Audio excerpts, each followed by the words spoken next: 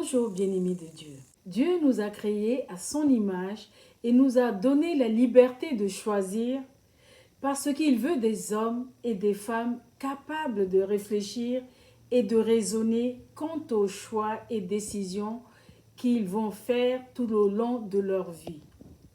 Nous devons faire des choix tous les jours et il est important de faire les bons choix, car nos choix orientent de manière déterminante le cours de notre existence. Notre verset du jour vient de la mise en garde de Dieu à son peuple en Deutéronome 30, verset 19. J'ai mis devant toi la vie et la mort, la bénédiction et la malédiction. Choisis la vie afin que tu vives, toi et ta postérité.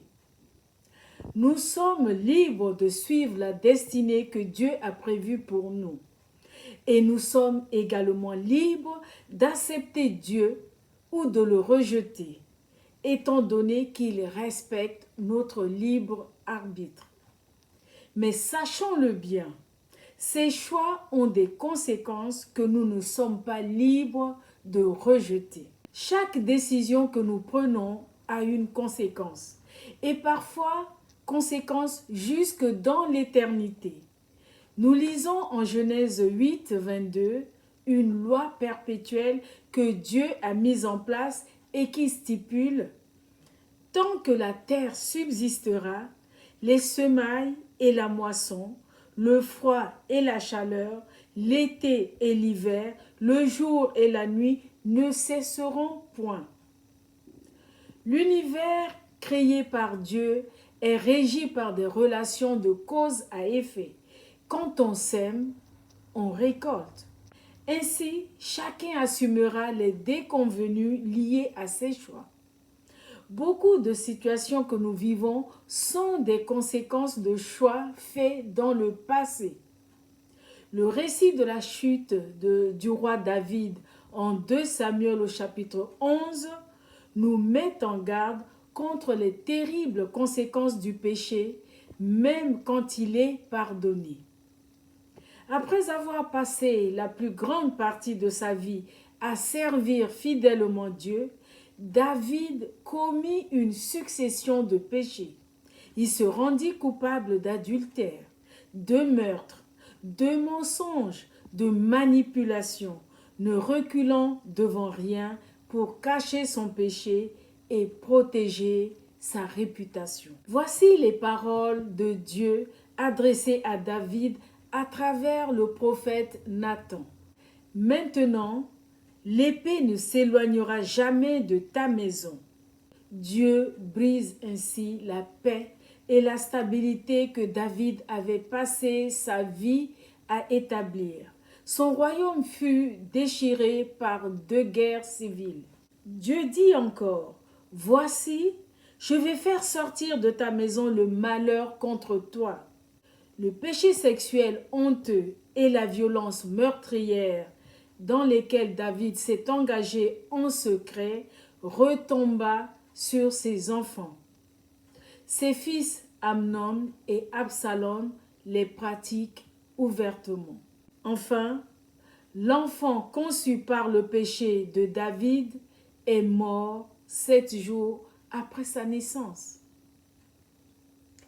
L'exemple du roi David, l'homme selon le cœur de Dieu, nous rappelle que Dieu ne prend pas à la légère le péché. Bien que David se soit repenti et que Dieu l'ait pardonné, les conséquences amères du péché étaient encore là et ont touché le roi David, sa famille et le royaume tout entier. Dieu, dans sa miséricorde, a pardonné à David son crime. Mais ce dernier fut poursuivi le reste de sa vie par les conséquences de ce crime. Galates 6, 7 nous dit « Ne vous y trompez pas, on ne se moque pas de Dieu.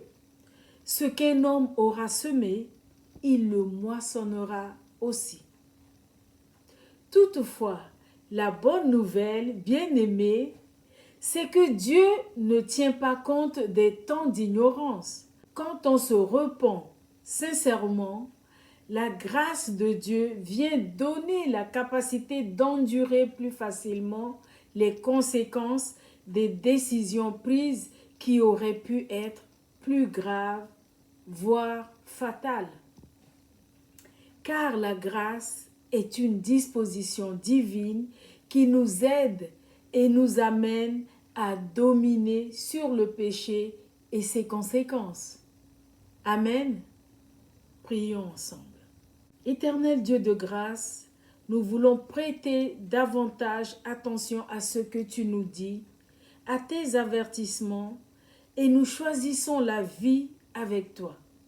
Nous choisissons, face à chaque décision importante, de rechercher ta volonté et non la nôtre, car nos choix et nos décisions impactent durablement nos vies.